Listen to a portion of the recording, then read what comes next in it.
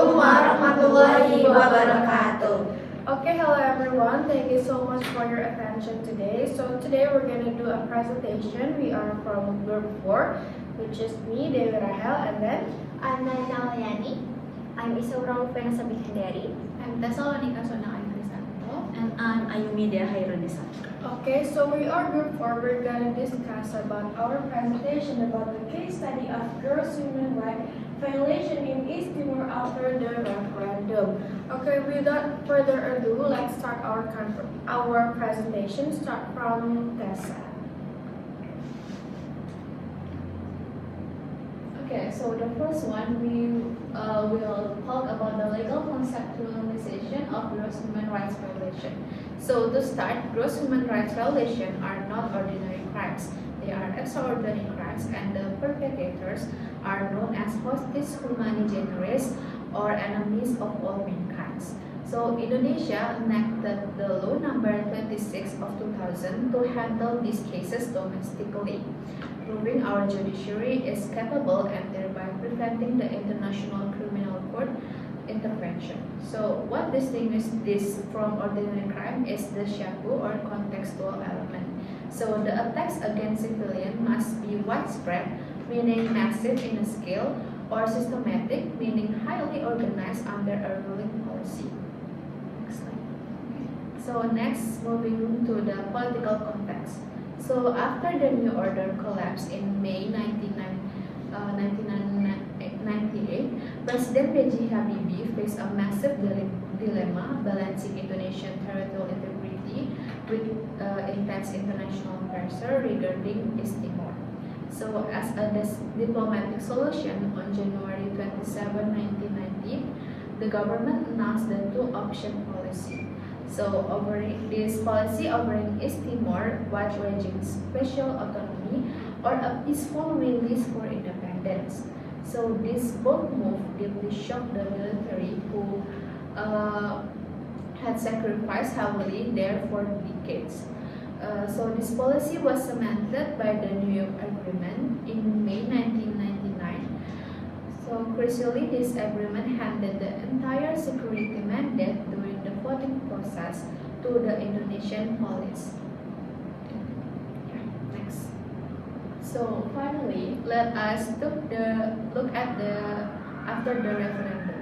So supervised by the UN mission or UNOMED, the vote took place on August 30 in 1999 with a near perfect turnout. So on September 4, the official results were announced that an absolute majority of 78.5% rejected the special autonomy. So legally they're choosing to be independent. Unfortunately, this overwhelming victory instantly triggered a coordinated backlash from the pro-integration militia. Within mere hours, they launched extreme violence, including mass arson, targeted killing, and forced displacement. Because these attacks were simultaneous and highly organized, they legally fulfilled the syaku elements of a crime against humanity. Ultimately, our security forces' failure to contain this violence forced the UN to deploy Interfact, which then pressured Indonesia to establish the ad hoc Human Rights Court.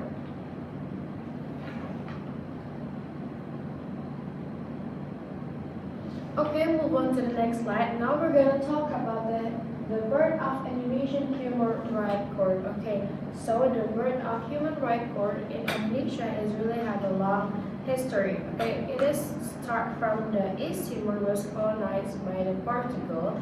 Okay, so before joining the Indonesia, the East Timor was colonized by the Portugal. But in 1975, the Portugal began to release East Timor, and then after that, Indonesia entered the East Timor in 1975. Okay, so Indonesia conducted a military operation and incorporated East Timor into an Indonesia province in 1976. But not all people agreed to join the Indonesia.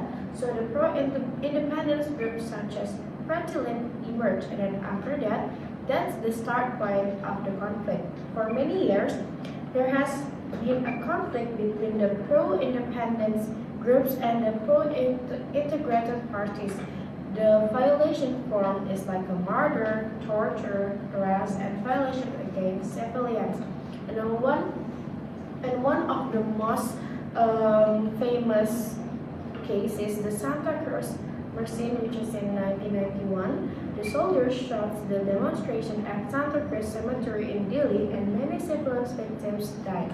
This incident was the start point of the international media to highlight the East Timor case. And then after that, in 1999, East Timor referendum, and in East Timor do the referendum, and then the United Nations held a referendum on August 30 in 1999. The people of East Timor has to choose between to stay with Indonesia or become independent. And the result of the referendum showed that the majority of vote for independence. And then, start from that, the violation occurred after the referendum. After the referendum results were announced, there was a big chaos between the groups. The first is the pro-integration militias do like burning, mass murder, forced deportation, and sexual violence, and many buildings and public facilities were destroyed, or it's known as the Scorded Earth Policy or Pembantaian Bumi Hangus. And then, when the violation occurred, the East Timor was still under the responsibility of Indonesia. The international community, as to Indonesia, has failed to protect the civilian, and then United Nations or PBB and other countries urged Indonesia to prosecute perpetration of serious human rights violation. And then because of that, because the PBB forced Indonesia, so the birth of Indonesia Human Rights Court is begin. It is formed in Law Number 26 of 2000 concerning the Human Rights Court. So, and then the next slide. Okay, so the next one. The violent patterns and Scorded Earth Policy. Okay, so this case is really important and really unique because after the result of 1999 East Timor referendum were announced and the majority of the people voted to be independent. So because of that, the pro-integration military group rejected the result of the referendum and began to commit various violation acts against the people who were concerned and support independence. The violations such as murder, intimidatory, house burning, and forced relocations resident. Okay, and in addition, the Scorded Earth Policy or Pembantaian Bumi Hangus is implemented, which is the systematic destruction of the territory before it is abandoned. Many buildings and public facilities, government offices, and schools, electricity, and water networks were destroyed and burned. Okay, as a result, around 17 to 18% of infrastructure in Delhi and several other big cities suffered heavy damage. This action caused people to lose their homes and access to public services and sense of security. Okay, this incident was considered as a part of a serious human rights violation because it was carried out systematically and attacked the civil society. Okay, so the next slide. Okay, form of the violation. Okay, if we analyze the form of violation in East Timor, there is a big three form of violation. The first one is the mass murder, forced deportation, and sexual violence. Okay, the mass murder. One of the most prominent forms of serious human rights violation is the mass murder of civilians who are considered to support East Timor independence. Okay, and the next one is the forced deportation. In addition to killings, approximately 25,000 and 30,000 Timorese were forced to deport themselves to West Timor, Indonesia. As a result, many residents were forced to flee their homes, and many victims lost their home, possessions and were even separated from this family. And the next one is the sexual violence also as a tool of politician terror against women perceived as pro-independence. Okay, so these acts were carried out systematically to instill the fear and weaken pro-independence group. In addition, causing physical suffering, sexual violation, and also cause lasting physiological trauma for the victim. Okay, thank you. And then continue my friend's presentation. I will explain about the actors involved and then the chain of command in the 1999 East Timor tragedy. So if we look at what happened on the ground, the main actors who commit the violence and terror were the pro-integration militia groups. Two of the biggest groups were the Aitarak militia, led by Eurico Guterres in Dili, and Besi Merah Putih or BMP, led by Manuel de Sousa in Likisha. These groups were directly responsible for many violent events, including the attacks on civilians who were hiding inside the Likisha and Suai churches. However, legal analysis and investigation show that these militias did not act alone. There were two big problems involving state security institution, active involvement or commission by the TNI, and doing nothing to stop or omission by the police.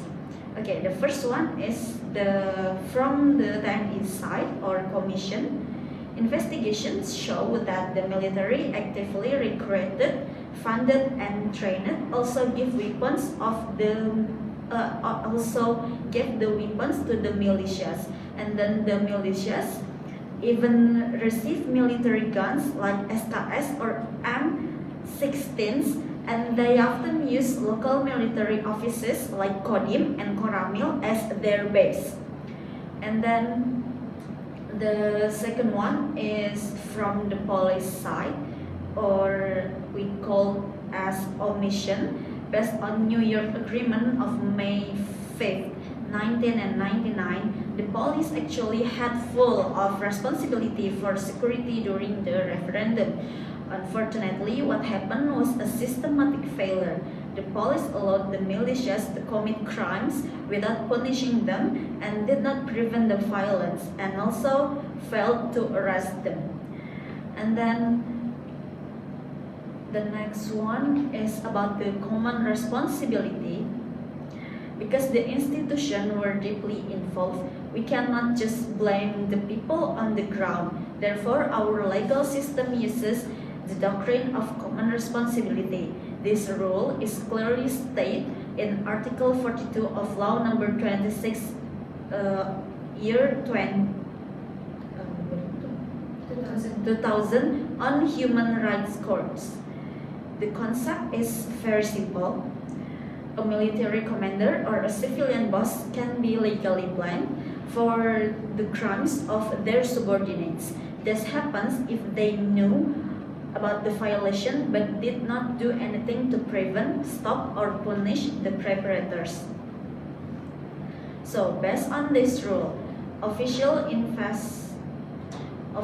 investigation by KPPHAM listed several important names in the chain of command, from the central to the local level. The people held responsible included General Wiranto, the commander of ABRI at that time, who failed to guarantee overall security, and from the military side, Major General Adam Damiri, Udayana Regional Commander, and also Brigadier General Tono Suratman dan Colonel Nur Muiz, military commanders in Delhi. And from the police and government side, Brigadier General Timbul Silayan, Chief of East Timor Police, and also Abilio Jose Soares, the governor. To conclude my part, these facts and the chain of command prove that the 1999 East Timor tragedy was not just a spontaneous civil war between citizens. Instead, it was a structured crime against humanity supported by state institutions through direct help and a failure to stop the violence. And then that is all from me about the actors and the chain of command. The next topic will be explained by Melina. Okay, so after we know what happened and then the background of the violation of the gross violation of East Timor, here I will tell you about the international response and the UN intercept. After you have listened about the explanation of what happened in East Timor from my friends, we can say that the life of the people stopped completely in three main ways, which is the first one is the government, and then the second one is economy and social, and then the third one is about the security.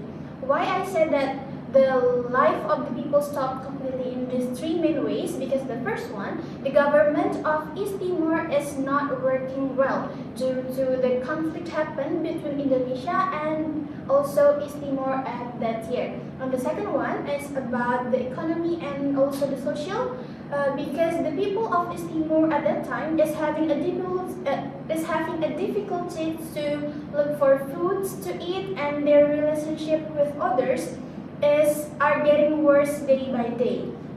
And then the third one is about the security.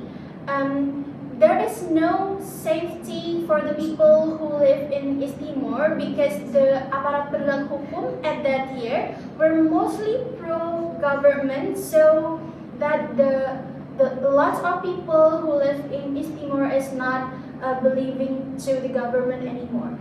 So because of that, when the world say this chaos, many countries become very angry and shouted at the bad actions, and then the UN Human Rights Commissions came to look into the problems and asked for the special court, which is we know as ad hoc. Okay, next slides. And then because of that situation, so to fix that situation, the UN made a group called UNTAED in October 1999 as a way to make peace building among these countries. And also, UNTAED itself is act as a temporary government created by the UN to holding absolute power to create laws, run the government, and judge offense. And their job was to manage East Timor and rebuild and restore. Their job was to manage East Timor and rebuild the destroyed infrastructure until East Timor officially declared its full independence on May 20, 2002. Okay, next slides. Okay, so here I will tell you about the 6 main mandates of UNTAED in peace buildings. Jadi ada 6 mandat utama yang dibuat oleh UNTAED untuk membangun peace building antara Timor dan juga Indonesia pada saat itu. Dalam their missions, UNTAED had 6 main responsibilities. The first one is, as you can see in the PowerPoint, is to provide security. Maksudnya adalah untuk menyediakan keamanan serta menegakkan hukum dan ketertiban. And then the second one is to build a new government. Jadi UNTAED itu sendiri membuat mandat baru, yaitu to build a new government. Maksudnya adalah untuk membangun struktur administrasi dan birokrasi pemerintah yang efektif. And then the third one is to restore public services, yaitu memulihkan dan mengembangkan layanan sosial dan sipil bagi masyarakat. Contohnya adalah reopen schools, hospitals, and basic social services for the citizens. And the fourth one is to coordinate aid. This one is to manage the distributions of food, medical aid, and the rehabilitations of damaged buildings. Maksudnya adalah untuk mengkoordinasikan penyaluran bantuan kemanusiaan, rehabilitasi, dan juga pembangunan. And then the fifth one is to train local people to educate and train native East Timors so they would be capable and ready to run their own country. Maksudnya adalah untuk meningkatkan kapasitas lokal untuk kemandirian pemerintahannya sendiri. Jadi nanti mereka bisa menjalankan pemerintahannya sendiri. And then the last one, the mandate of UNTAD is to prepare for the future. Maksudnya adalah di sini untuk meletakkan fondasi bagi terciptanya pembangunan yang berkelanjutan. So that is the international response and the UN intercept to make peace building between Indonesia and also East Timor at that year. Okay, that's all from me. We will discuss about the legal accountability and transitional justice. We will discuss how to resolve the serious human rights violation in East Timor. We will look at two ways: the judicial right trial and the non-judicial right reconciliation. So the first, for the judicial mechanism, one is ad hoc human rights court in Indonesia. This court faced a lot of international criticism. People feel it failed to punish high-ranking military officials, and many defendants were eventually set free. Because of this, it was seen as just a formality to hide truth. So, two, Special Panel for Serious Crime (SPCG) in Delhi. This was a court set up by the UN. It's in East Timor. Its goal was to prosecute serious crime like murder and torture that happened in 1999 and to follow international legal standard. So, next slide. So for the reconciliation mechanism, non-judicial, the non-judicial mechanism for healing, one is the Chiga Reposi CAVR. The CAVR Commission created this report to recall the history and the conflict from 1974 to 1999. They believe that telling the truth is the most important foundation for national peace. So, two is Commission for Truth and Friendship, CTV or KKP. This was a project between Indonesia and East Timor. It didn't focus on punishment, but on healing history together and keeping the diplomatic relation between the two countries good. So next for the conclusion. After the whole explanation, we have a conclusion of the gross human rights violation in East Timor. After the 1999 referendum were extraordinary crime involving state actors and militias. To resolve this, the judicial path, the ad hoc court and SPCG, and non-judicial path, the CFVR report and CTV were used. This so that formal trials are not always enough to handle such serious issue. Instead, a complete process of traditional justice is needed to restore the victim dignity and maintain peace between the two nations. Okay, that's all from us. We are from the court, and thank you so much for your attention. Okay, so the Q&A will be held in the next part. Okay, thank you so much everyone. Let's close our presentation by saying Assalamualaikum warahmatullahi wabarakatuh. Thank you so much for watching.